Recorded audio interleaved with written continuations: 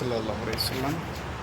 হযরত আতা ইবনে রাবা রহমতুল্লাহ আলাইহি বলেন, আমার নিকট হুজুর সাল্লাল্লাহু আলাইহি ওয়াসাল্লামের এই ইরশাদ পৌঁছিয়াছে যে, যে ব্যক্তি দিনের শুরুতে সূরা ইয়াসিন পাঠ করিবে তাহার সমস্ত দিনের জরুরত পুরো হয়ে যাইবে। সুবহানাল্লাহ। দারিমি শরীফের হাদিস। হাদিস শরীফে সূরা ইয়াসিনের বহু ফাজাইল বর্ণিত হইয়াছে। এক রিওয়ায়াতে আসিয়াছে, প্রত্যেক জিনিসের জন্য একটি দিল থাকে। কুরআন শরীফের দিল হইল সূরা ইয়াসিন। যে ব্যক্তি সূরা ইয়াসিন পাঠ করে আল্লাহ তাআলা তাহার জন্য 10 বার কুরআন খতমের সওয়াব লেখেন। সুবহানাল্লাহ। বলছে কি, যে ব্যক্তি সূরা ইয়াসিন পাঠ করে আল্লাহ তাআলা তাহার জন্য 10 বার কুরআন খতম, একবার না 10 বার কুরআন খতম করলে যেই সওয়াব হইবে, এই সওয়াব দান করেন কিতে, একবার সূরা ইয়াসিন পাঠ করলে। এক হাদিসে আসিয়াছে, আল্লাহ তাআলা সূরা তহা ও সূরা ইয়াসিনকে আসমান জমিন পয়দা করার 1000 বছর পূর্বে পড়িয়াছেন। সুবহানাল্লাহ। ফেরেশতাগণ উহা শুনিয়া বলিতে লাগিলেন, সৌভাগ্য সেই উম্মতের জন্য যাহাদের উপরে এই কুরআন নাজিল করা হইবে। সৌভাগ্য ওই অন্তরসমূহের জন্য যাহারা উহাকে ধারণ করিবে, অর্থাৎ ইয়াদ করিবে। আর সৌভাগ্য ওই সকল জিহ্বার জন্য যাহারা উহাকে তিলাওয়াত করিবে। এক হাদিসে আছে, যে ব্যক্তি একমাত্র আল্লাহর সন্তুষ্টি লাভের জন্য সূরা ইয়াসিন তেলাওয়াত করে তাহার পূর্বের সকল গুনাহ মাফ হইয়া যায়। সুবহানাল্লাহ। সুতরাং তোমরা নিজেদের মুর্দাদের উপর এই সূরা পাঠ করো। অন্য এক হাদিসে আসিয়াছে, তাওরাতে সূরা ইয়াসিনের নাম ছিল মুনইয়ামা,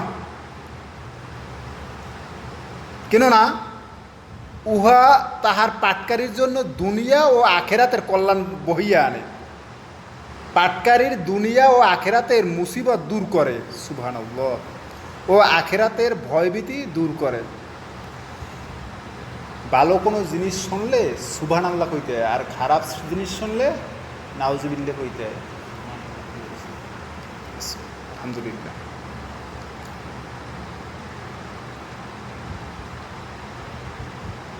আখেরাতের মুসিবত দূর করে ও আখেরাতের ভয়ভীতি দূর করে। এই সূরার আরেক নাম হইল রাফেয়া ও খাফেজা, অর্থাৎ মুমিনদের জন্য মর্যাদা বৃদ্ধিকারী এবং কাফেরদের জন্য লাঞ্ছনাকারী। এক রেওয়াতে আছে, হুজুর সাল্লাল্লাহু আলাইহি ওয়াসাল্লাম ইরশাদ করিয়াছেন, আমার মন চায় আমার প্রত্যেক উম্মতির অন্তরে সূরা ইয়াসিন থাকুক।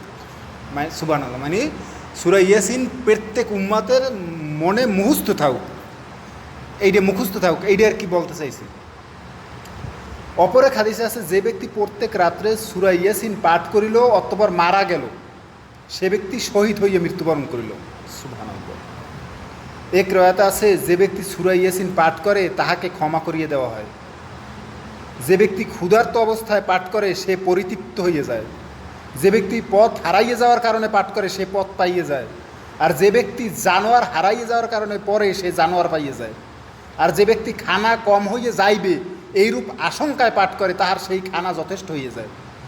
মৃত্যু যন্ত্রণায় কাতর কোনো লোকের নিকট উহা পাঠ করা হইলে তাহার যন্ত্রণা লাঘব হয়। প্রসব বেদনার সময় পড়িলে সন্তান সহজে প্রসব হয়। হযরত মুকরি রহমতুল্লাহ বলেন, যদি কোনো বাদশা বা দুশ্মনের ভয় হয় এবং সূরা ইয়াসিন পাঠ করে তবে ভয় দূরীভূত হয়ে যায়। এক রেওয়ায়াতে আছে, যে ব্যক্তি জুমার দিন সূরা ইয়াসিন এবং সূরা সাফফাত পড়ে অথবা আল্লাহর নিকট দোয়া করে তাহার দোয়া কবুল হয়। সুবহানাল্লাহ। উল্লিখিত আমল সময়ের বেশিরভাগই মুজাহেরে হক কিতাব হইতে লওয়া হইয়াছে, কিন্তু কোনো কোনো রেওয়াত সহি হওয়ার ব্যাপারে মাশায়েখগণের আপত্তি রহিয়াছে। মানে সূরা ইয়াসিনের বহুত যে ফজিলত সেইগুলো এই হাদিসটার মধ্যে উল্লেখ করছে। আল্লাহ তাআলা আমাদেরকে কুরআন পড়া, বোঝা এবং মুখস্থ করার তৌফিক দান করুক। আমিন। আল্লাহুম্মা সাল্লি আলা সাইয়্যিদিনা সাল্লাল্লাহু আলাইহি ওয়াসাল্লাম।